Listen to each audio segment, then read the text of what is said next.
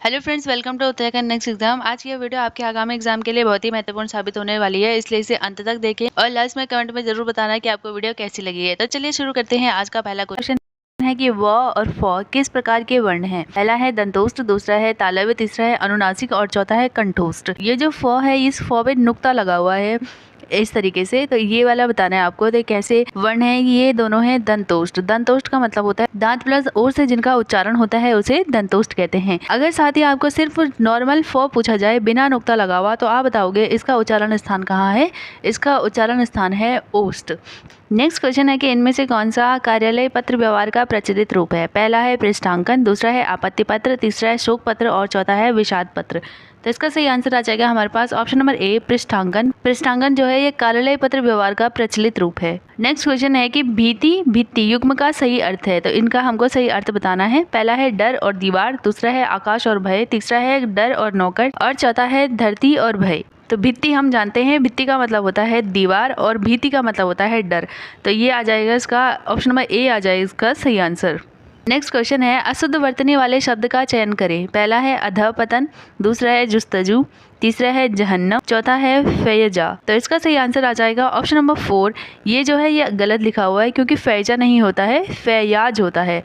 फैयाज जो है इस तरीके से लिखा जाता है। अधःपतन बिल्कुल सही लिखा है, जुस्तजू भी बिल्कुल सही लिखा है और जहन्नम भी बिल्कुल सही लिखा है। इसी तरीके से इनको लिखा जाता है। नेक्स्ट क्वेश्चन है कि उच्छृंखल का पर्यायवाची नहीं है। पहला है उदंड, दूसरा है अक्कड़, तीसरा है निरंकुश और चौथा है बियावान। तो इसका सही आंसर आ जाएगा ऑप्शन नंबर 4, बियावान। जो उच्छृंखल है उसके ये तीनों ही पर्यायवाची होते हैं। साथ ही साथ अन्य पर्यायवाची है आवारा, मनमर्जी, स्वेच्छाचारी। ये सारे पर्यायवाची होते हैं उच्छृंखल के। और जो बियावान है यह इसके पर्यायवाची होते हैं जंगल, वन, उजाड़। इस तरीके से जो है इसके पर्यायवाची हैं बियावान के। नेक्स्ट है वह घर पहुंच गया, इस वाक्य में पहुंच गया निम्नांकित में से किस क्रिया का उदाहरण है। पहला है प्रेरणार्थक, दूसरा है द्विकर्मक, तीसरा है पूर्वकालिक और चौथा है संयुक्त क्रिया। इसका सही आंसर आ जाएगा हमारे पास ऑप्शन नंबर 4, संयुक्त क्रिया। क्योंकि पहुंचना और गया दो क्रियाएं जो है ना एक साथ हो रही हैं, और इसलिए इसको हम क्या कहेंगे, संयुक्त क्रिया कहेंगे। साथ ही जान लेते हैं प्रेरणार्थक क्रिया। तो जहाँ पे प्रेरणा दी जाती है किसी कार्य को करने को, उसे प्रेरणार्थक कहते हैं। पूर्वकालिक क्रिया का मतलब होता है जो क्रिया पहले हो चुकी है, उसे कहते हैं पूर्वकालिक। द्विकर्मक मतलब जहाँ पे दो कार्य साथ चल रहे हो। नेक्स्ट क्वेश्चन है नैनों से सदैव जल की वर्षा होती है तब भी प्यास नहीं बुझती, कौन सा अलंकार है। पहला है विशेषोक्ति, दूसरा है संदेह, तीसरा है विरोधाभास, चौथा है उत्प्रेक्षा। इसका सही आंसर आ जाएगा ऑप्शन नंबर ए, विशेषोक्ति अलंकार। तो जान लेते हैं कि विशेषोक्ति अलंकार क्या होता है। तो जहाँ पर कारण के रहते हुए भी कार्य का न होना, उसे कहते हैं विशेषोक्ति। मतलब कारण तो है लेकिन कार्य नहीं हो रहा है। जैसे नैनों में जल तो है लेकिन प्यास नहीं बुझ रही है, तो इसमें क्या हो जाएगा, विशेषोक्ति अलंकार।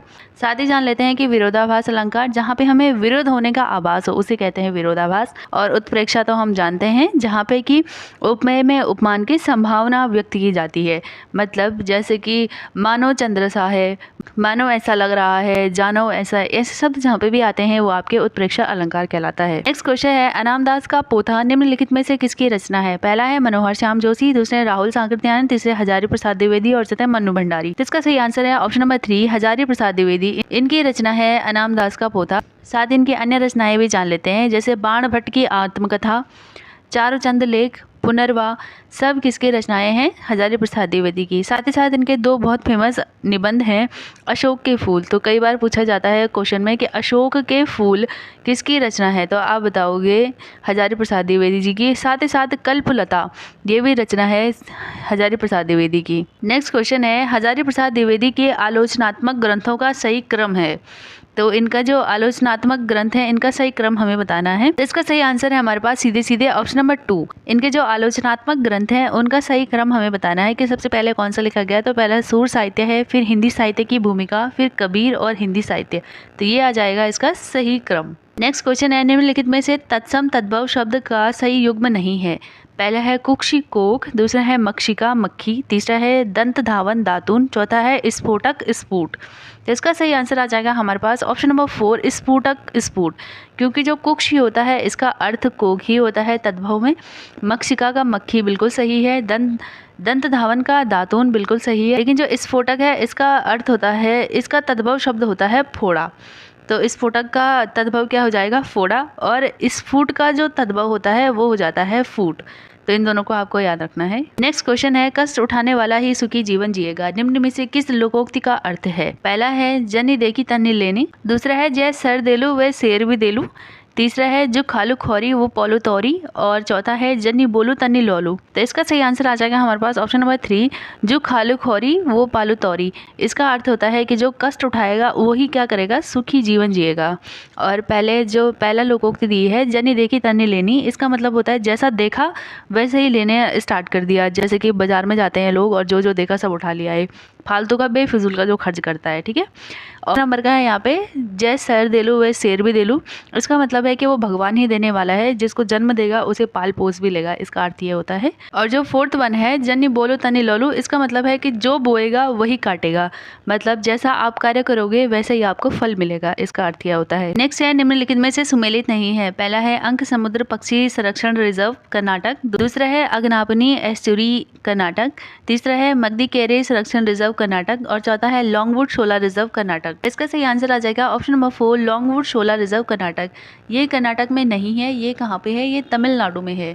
तो कभी कभी सीधे सीधे भी आपको क्वेश्चन आ जाएगा कि जो लॉन्गवुड शोला रिजर्व है ये कहाँ पे है, तो आप बताओगे तमिलनाडु में। ये सारे के सारे जो है वो 2024 में 2 फरवरी को, जो कि हम वेटलैंड डे मनाते हैं जिस दिन, मतलब आर्द्रभूमि दिवस मनाया जाता है उस दिन, उसमें भारत के जो 5 पक्षी अभ्यारण्य है या रिजर्व है, इनको क्या बनाया गया है, वेटलैंड घोषित किया गया है या आर्द्रभूमियां घोषित करी गई हैं। तो उनमें से पहला है अंक समुद्र जो कि कर्नाटक में है, अगनानापनी, और तीसरा है मगदी-केरे, चौथा है लॉन्गवुड शोला, और पांचवा है कराईवेट्टी पक्षी अभ्यारण्य। तो इसे भी आप नोट डाउन करोगे, कराईवेट्टी। ये कराईवेट्टी जो है ये कहाँ पे है, तो ये भी आपका तमिलनाडु में है, तो इसको नोट कर लेना आप। 5 जो हैं अंक समुद्र, अगनापनी, मगदी-केरे, लॉन्गवुड और कराईवेट्टी, ये पांचों के पांचों वेटलैंड है, जिसे कि 2 फरवरी 2024 में क्या किया गया था, घोषित किया गया था इनको वेटलैंड आर्द्रभूमियां। नेक्स्ट क्वेश्चन है कि 2025 में जो पुरुष जूनियर हॉकी विश्व कप की मेजबानी कौन सा देश करने जा रहा है? पहला है स्वीडन, दूसरा कनाडा, तीसरा भारत, चौथा है उज्बेकिस्तान। तो इसका सही आंसर आ जाएगा ऑप्शन नंबर 3, भारत। भारत जो है 2025 में पुरुष जूनियर हॉकी विश्व कप की मेजबानी करने जा रहा है। नेक्स्ट क्वेश्चन है आर्थिक सर्वेक्षण रिपोर्ट 2023-24 के अनुसार उत्तराखंड के प्रति व्यक्ति औसत आय कितनी है? तो इसका सीधे सीधे सही आंसर हमारे पास ऑप्शन नंबर ए 2,60,201 रुपये है। नेक्स्ट क्वेश्चन है उत्तराखंड के खास समुदाय को समान नागरिक संहिता कानून के दायरे से बाहर रखा गया है। तो वो कौन सा समुदाय है जिसको कि यूसीसी जो है हमारा यूनिफॉर्म सिविल कोड जिसे हम कहते हैं, अनुच्छेद 44 में इसका वर्णन है। कौन सा समुदाय है जिसे बाहर रखा गया उत्तराखंड के? तो पहला है अनुसूचित जनजाति, दूसरा है मुस्लिम, तीसरा है अनुसूचित जाति और चौथा है विशेष जनजाति। तो इसका सही आंसर आ जाएगा ऑप्शन नंबर ए, अनुसूचित जनजातियाँ। जो अनुसूचित जनजातियाँ हैं इनको जो है इस यूसीसी कानून के दायरे से बाहर रखा गया है। नेक्स्ट है उत्तराखंड के किस यूट्यूबर को प्रधानमंत्री नरेंद्र मोदी ने बेस्ट नैनो क्रिएटर पुरस्कार से सम्मानित किया है? पहला है रविंद्र सिंह, दूसरा है पीयूष पुरोहित, तीसरी है वंदना गैरोला और चौथा है इनमें से कोई नहीं। तो इसका सही आंसर आ जाएगा आपके पास ऑप्शन नंबर बी, पीयूष पुरोहित। पीयूष पुरोहित को जो है प्रधानमंत्री मोदी द्वारा नैनो क्रिएटर पुरस्कार से सम्मानित किया गया है। नेक्स्ट क्वेश्चन है बम्पा, मलारी, जेलम तथा सुरई तोता उत्तराखंड के नगर तीर्थ किस नदी के किनारे स्थित हैं? पहला है भागीरथी, दूसरा है पश्चिमी धौलीगंगा, तीसरा है कालीगंगा और चौथा है पश्चिमी नयार। तो इसका सही आंसर आ जाएगा ऑप्शन नंबर बी, पश्चिमी धौलीगंगा। अब ये पश्चिमी जो धौलीगंगा है इसका उद्गम स्थल कहाँ है? तो ये धौलागिरी की जो कुनुगुल श्रेणी है, नीति जो हमारे पास नीति दर्रा है ना, ये नीति क्षेत्र है, वहाँ पे धौलागिरी पर्वत का कुनुगुल श्रेणी से ये निकलती है आपके पश्चिमी धौलीगंगा। और ये किसकी सहायक नदी है? तो ये अलकनंदा की सहायक नदी है। ये जो है विष्णुप्रयाग में अलकनंदा आ रही होती है, अलकनंदा के साथ क्या कर लेती है, यहाँ पे संगम कर लेती है विष्णुप्रयाग चमोली में। और जान लेते हैं धौलीगंगा की सहायक नदियों के बारे में। तो ऋषिगंगा वन, गणेश गंगा, कियोगाड़ और गिरथी, ये सारी की सारी क्या है, धौलीगंगा की सहायक नदियाँ हैं। इनको आपको ठीक से पढ़ना है। नेक्स्ट क्वेश्चन है उत्तराखंड के ग्राम पंचायतों के संदर्भ में गलत है। पहला है कि एक ग्राम सभा की एक ही ग्राम पंचायत होती है, दूसरा है कि एक वर्ष में ग्राम सभा की कम से कम 3 बैठकें होती हैं, तीसरा है कि ग्राम सभा की बैठक की अध्यक्षता ग्राम प्रधान करता है, चौथा है कि शिक्षा, स्वास्थ्य एवं कल्याण समितियों की सभापति केवल महिलाएं ही होंगी। तो इसके संदर्भ में हमें गलत बताना है। तो इसका सही आंसर हमारे पास आ जाएगा ऑप्शन नंबर बी, एक वर्ष में ग्राम सभा की कम से कम 3 बैठक होनी अनिवार्य है। तो ये बिल्कुल गलत है, 3 बैठक होनी अनिवार्य तो कहीं नहीं है, लेकिन ये सब सही है। बाकी जो दिया हुआ है ग्राम पंचायत के बारे में, आजकल ऐसे क्वेश्चन आने का ट्रेंड बहुत ज़्यादा बढ़ गया है। तो ऐसे क्वेश्चंस को ढंग से देख के जाएगा आप लोग। नेक्स्ट क्वेश्चन है सुमेलित करें। पहला है हरिवंश कपूर, द्वितीय निर्वाचन विधानसभा अध्यक्ष, दूसरा है यशपाल आर्य, प्रथम निर्वाचित विधानसभा अध्यक्ष, तीसरे हैं गोविंद सिंह कुंजवाल, तृतीय निर्वाचित विधानसभा अध्यक्ष, और चौथा है प्रेमचंद्र अग्रवाल, चतुर्थ निर्वाचित विधानसभा अध्यक्ष। तो इसका सही आंसर जो हो जाएगा, ये सारे के सारे जो हैं चारों को चार बिल्कुल सही सुमेलित हैं। तो कई बार आपने देखा होगा कि यशपाल आर्य पूछ लिया जाता है कि प्रथम निर्वाचित विधानसभा अध्यक्ष कौन थे, तो यशपाल आर्य थे। इसी तरीके से तृतीय निर्वाचित विधानसभा अध्यक्ष पूछ लिया जाएगा तो आप बताओगे गोविंद सिंह कुंजवाल। आपको थोड़ा सा 2 कदम आगे रहना है यूकेएसएससी से। नेक्स्ट क्वेश्चन है, पहला दिया है कथन और दूसरा उसका कारण दिया हुआ है। तो पहला दिया है कि उत्तराखंड राज्य की विधायिका में कुल 70 सदस्य हैं, और दूसरा दिया है कि राज्य में एक द्विसदनीय विधायिका है। तो बताना है हमको कि कौन सा सही है और कौन सा गलत है। तो पहला है कि ए आर दोनों सही हैं, किंतु आर जो है ए का सही स्पष्टीकरण है। दूसरा दिया कि ए आर दोनों सही है, किंतु आर जो है ए का सही स्पष्टीकरण नहीं है। फिर जो तीसरा दिया है कि ए सही है और आर गलत है। तो इसका सही आंसर हमारे पास आ जाएगा ऑप्शन नंबर 3, ए सही है। उत्तराखंड राज्य की विधायिका में कुल 70 सदस्य हैं, लेकिन जो आर है ना वो गलत है। राज्य में एक द्विसदनीय विधायिका नहीं है। द्विसदनीय का मतलब होता है विधानमंडल और विधान परिषद। हमारे पास सिर्फ विधानमंडल है, विधान परिषद नहीं है, तो इसलिए ये क्या हो जाएगा, आर गलत हो जाएगा। नेक्स्ट क्वेश्चन है, निम्नलिखित में से कौन सा आभूषण गले में नहीं पहना जाता है। पहला है हमेल, दूसरा है तिलहरी, तीसरा है चंद्रावली और चौथा है तगड़ी। तो इसका सही आंसर हमारे पास आ जाएगा ऑप्शन नंबर 4, तगड़ी। जो तगड़ी है इसे पहना जाता है कमर में। बाकी जो हमेल है ये सिक्कों की एक माला होती है, ठीक है, सिक्कों से बनाई हुई माला होती है। तिलहरी तो हमें पता है, जो नेपाल के साइड में आपने देखा होगा कि एक लंबी सी ग्रीन कलर की होती है, बीच में थोड़ा सा उसमें गोल्ड का लगा हुआ होता है। और चंद्रावली भी बहुत बड़ा हार सा होता है, वो पहना जाता है गले में। नेक्स्ट क्वेश्चन है कि निम्नलिखित में से कौन सा कथन जनजातियों के बारे में सही नहीं है। तो पहला है कि जौनसारी जनजाति लगभग 97% देहरादून जिले में निवास करती है। दूसरा है कि थारू जनजाति लगभग 98% उधम सिंह नगर में निवास करती है। तीसरा है कि बुक्सा जनजाति जो है वो 58% नैनीताल और यूएस नगर में, और 32% जो है देहरादून में रहती है। और चौथा है इनमें से कोई नहीं। तो गलत बताना है हमें इसके बारे में, तो इसका सही आंसर आ जाएगा ऑप्शन नंबर 4, कोई भी कथन गलत नहीं है। ये तीनों के तीनों कथन बिल्कुल सही हैं। जौनसारी जनजाति जो है वो 97% देहरादून में ही रहती है। थारू जो है 98% उधम सिंह नगर में ही निवास करते हैं। बुक्सा जो जनजाति है वो 58% नैनीताल और यूएस नगर में, और 32 देहरादून में रहते हैं। साथ ही साथ राजी जनजाति के बारे में भी जान लेते हैं। तो जो राजी जनजाति है उसका 55% जो है ये पिथौरागढ़ जिले में रहता है। तो आपको सीधे सीधे भी पूछा जा सकता है कि राजी जनजाति कहाँ निवास करती है, तो आप बताओगे पिथौरागढ़ जिले में, ठीक है। और साथ ही जो जाड़ भोटिया हैं, भोटिया जनजाति की जो एक और नस्ल होती है जाड़, वो जाड़ भोटिया कहाँ रहते हैं, ये उत्तरकाशी जिले में हमको देखने को मिलते हैं जाड़ भोटिया। नेक्स्ट क्वेश्चन है, 2011 के अनुसार प्रदेश में कुल कार्यशील जनसंख्या है। तो इसका सीधे सीधे सही आंसर है हमारे पास ऑप्शन नंबर 3, 38.39%। इतनी कार्यशील जनसंख्या है हमारे उत्तराखंड राज्य में 2011 के अनुसार। नेक्स्ट क्वेश्चन है कि PQRS कैरम खेल रहे हैं, PR और QS साझेदार हैं।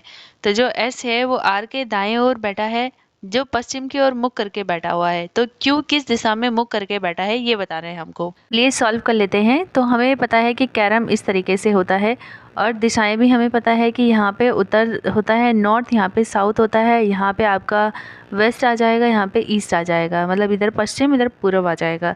तो कह रहा है कि जो आर है वो पश्चिम की तरफ मुंह करके बैठा है, तो जब वो इधर को बैठेगा आर, तभी तो उसका मुंह पश्चिम की तरफ को हो पाएगा। तो आर का सहयोगी कौन है, पी है, तो यहाँ पे हम पी लिख लेते हैं। तो हमें पता चल गया इतना। फिर कह रहा है कि जो आर के दाएं ओर जो है वो एस बैठा हुआ है, तो इसका दायां किधर को आ जाएगा, इसका दायां ऊपर को आ जाएगा। तो यहाँ पे जो है ना एस ऊपर की तरफ बैठा हुआ होगा, तो इसका सहयोगी कौन है, क्यू है, तो क्यू यहाँ पे बैठा होगा। तो कह रहा है कि क्यू किस दिशा की ओर मुंह करके बैठा है, तो क्यू ऊपर की तरफ मुंह करके बैठेगा, तो क्यू जो है उत्तर दिशा की ओर मुंह करके बैठा हुआ है। नेक्स्ट क्वेश्चन है, एक घड़ी क्रमशः 1 बजे एक बार, 2 बजे 2 बार, 3 बजे 3 बार, अर्थात जितना बजता है उतनी बार ही ये घड़ी भी बजती है। तो एक दिन में 24 घंटे में घड़ी कितनी बार बजेगी। तो जो हम देखते हैं जो वॉच बनी हुई होती है, तो इसमें 12 तक ही टाइम होता है, 1 2 3 4 5 6 7 8 9 10 11 12 करके। तो ये एक दिन में क्या करेगी, एक बार में तो ये 12 बजे तक ही जा पाएगी। तो हम क्या करेंगे, 1 से लेके जो 12 तक है, 1 2 3 इनको क्या कर लेंगे हम 12 तक प्लस कर लेंगे। तो जब हम इस सारा का सारा प्लस करेंगे 3 3 6 6 4 10 10 और 5 15 15 और 6 21 21 और 7 28 28 और 8 36 36 और 9 हो जाएगा 45 45 और 10 हो जाएगा 55 55 और 11 हो जाएगा 66 और 66 और 12 हो जाएगा हमारे पास 78। तो इसका सीधे सीधे हमारे पास कितना आंसर आ जाएगा 78 आ जाएगा। तो ये बोल रहा है कि 24 घंटे में, तो 12 घंटे में अगर ये 78 बार बजती है तो 24 घंटे में कितनी बार बजेगी? तो सीधे सीधे इसको 2 से गुणा कर लेंगे हम लोग। जब इसे 2 से गुणा करेंगे तो 8 दूनी का 16, हाथ से लगे 1, 7 दूनी 14, 1 15। तो ये जो है पूरे 24 घंटे में 156 टाइम बजेगी। ठीक है, तो ये आपको समझ में आ गया होगा। नेक्स्ट क्वेश्चन है कि राम 12 किलोमीटर दक्षिण की ओर चलता है तथा दाएं ओर मुड़कर 10 किलोमीटर चलता है, तब फिर वो दाएं ओर मुड़कर 12 किलोमीटर चलता है, तो वो अपने आरंभिक स्थान से कितनी दूरी पर है? तो सॉल्व कर लेते हैं कि राम जो है दक्षिण की ओर कितना चला है, ये 12 किलोमीटर चला है। फिर यहाँ से दाएं ओर मुड़ा, तो दायां इसका किधर हो जाएगा? इस तरफ हो जाएगा। तो जब ये इस तरफ मुड़ेगा तो ये कितना चला? फिर से यह जो है 10 किलोमीटर चला, और 10 किलोमीटर चलने के बाद ये फिर दायां मुड़ा, तो इसका दायां हो जाएगा ऊपर की तरफ, और कितना चला? 12 किलोमीटर चला। तो ये पूछ रहा है कि इसका आरंभिक बिंदु, ये है इसका आरंभिक बिंदु, और यहाँ से कितनी दूरी पर चला है। तो हम इसको अगर सीधे सीधे ऐसे लेके जाएंगे तो यहाँ पे ये जो है ये दूरी किसके बराबर आ रही है? इस दूरी के बराबर आ रही है।